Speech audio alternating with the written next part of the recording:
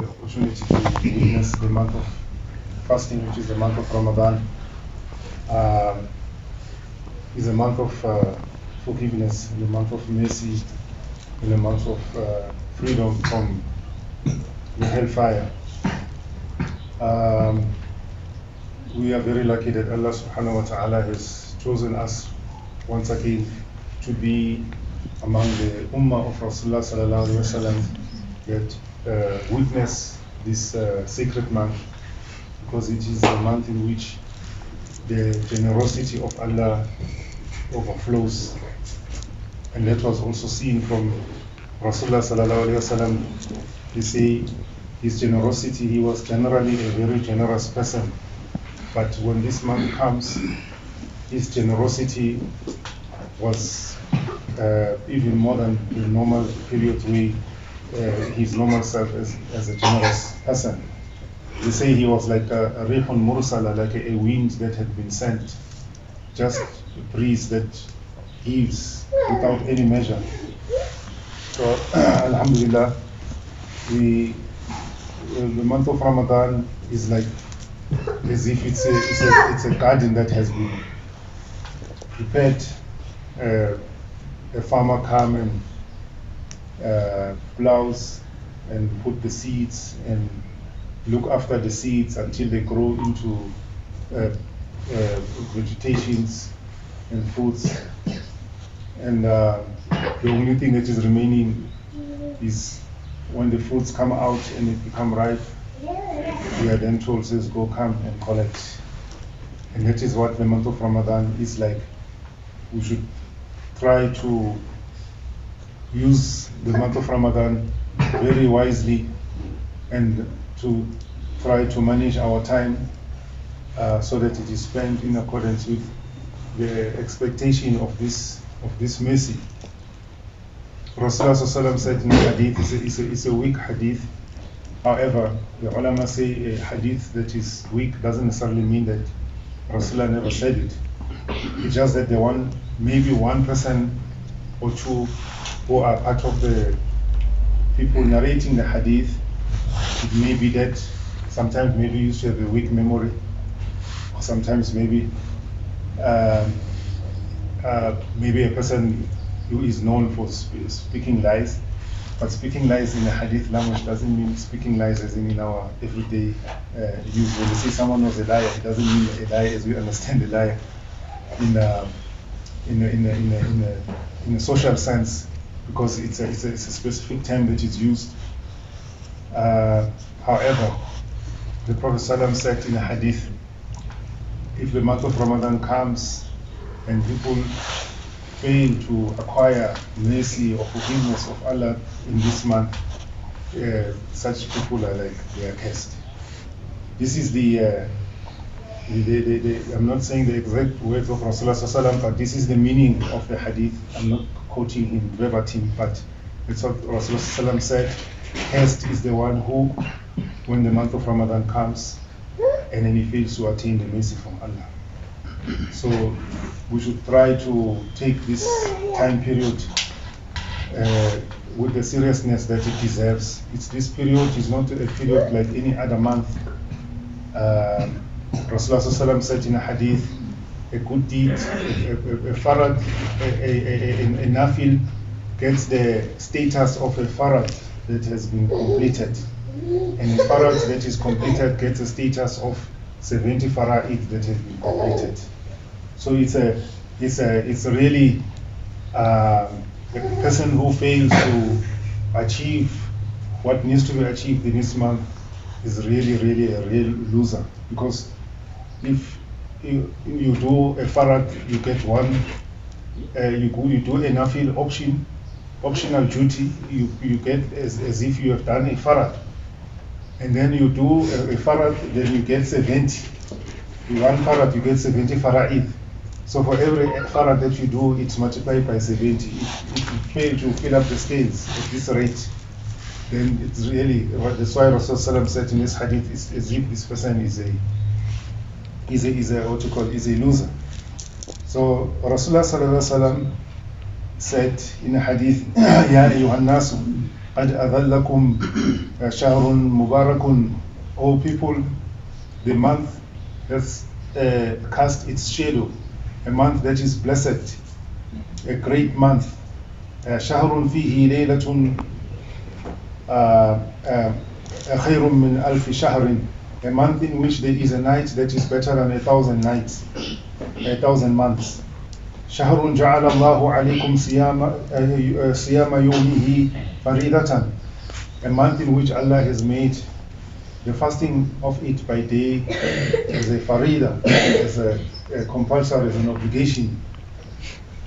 وقيام ليله تطوعا, and standing up in the night praying to Allah subhanahu wa ta'ala as a nafil, an optional worship or ibadah. Then he said, من تقرب إلى الله تعالى فيه بأداء خصلة كان كمن أدى فريضة فيما سواه.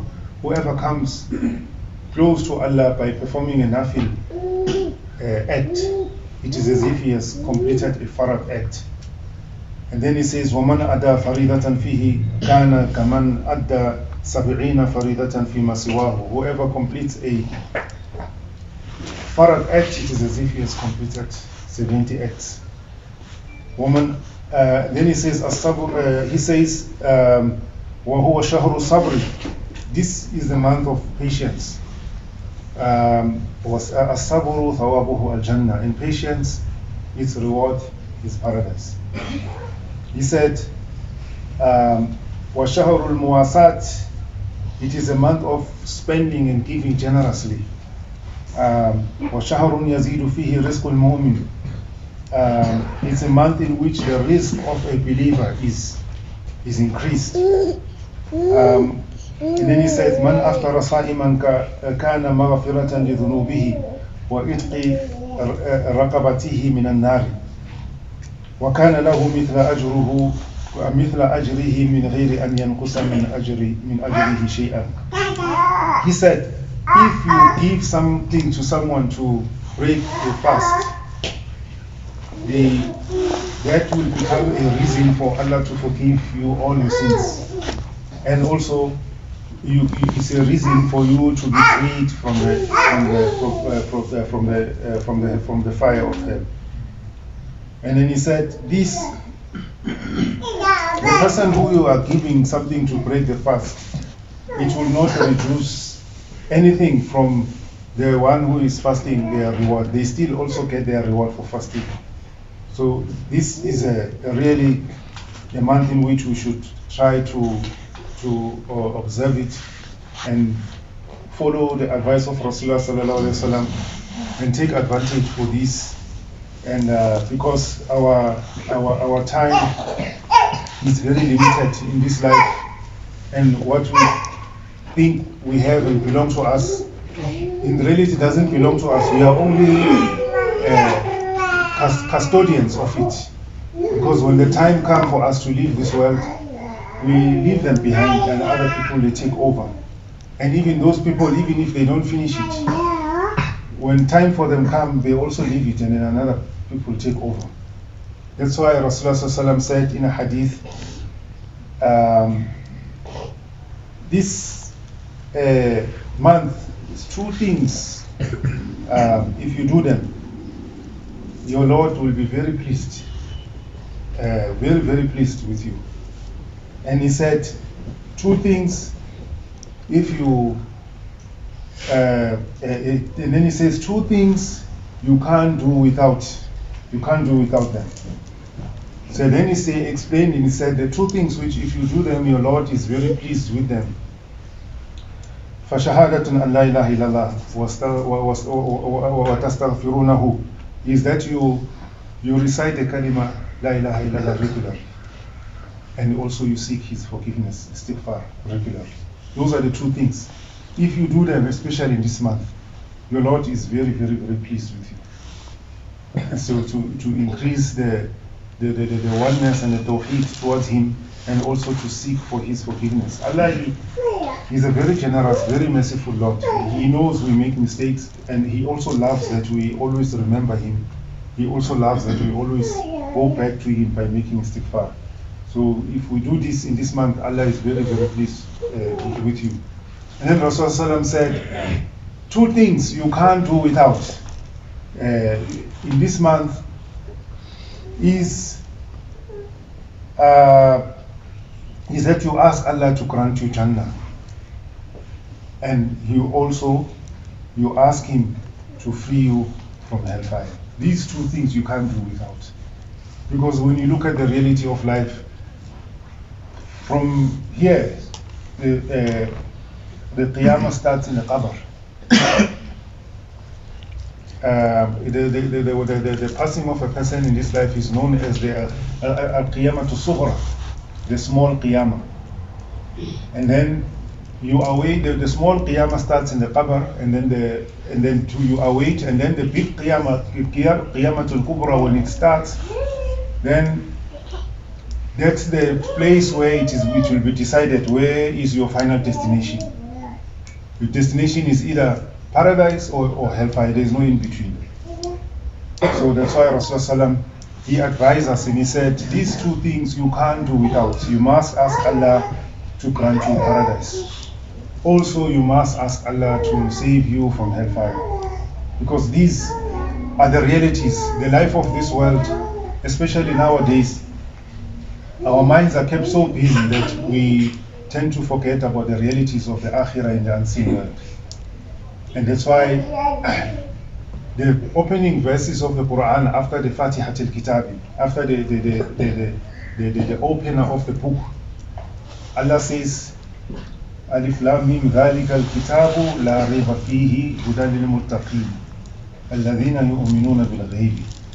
He said, Alif Lam Mim, that is the book. Right? It says that is the book, La Reba Fihi. This book, there is no doubt in it. There is no doubt what is inside this book. It is nothing but haqq. It is truth. Also, this book, he said, it is Hudan lil Muttaqin. It is a book of guidance for the people of taqwa. And then he said, who are these people of taqwa? Alladhina yu'minuna bil ghaybi. The first thing that he mentions, they yu'minuna bil ghaybi, they believe in the unseen. So to believe that Akhirah is coming is part of Iman.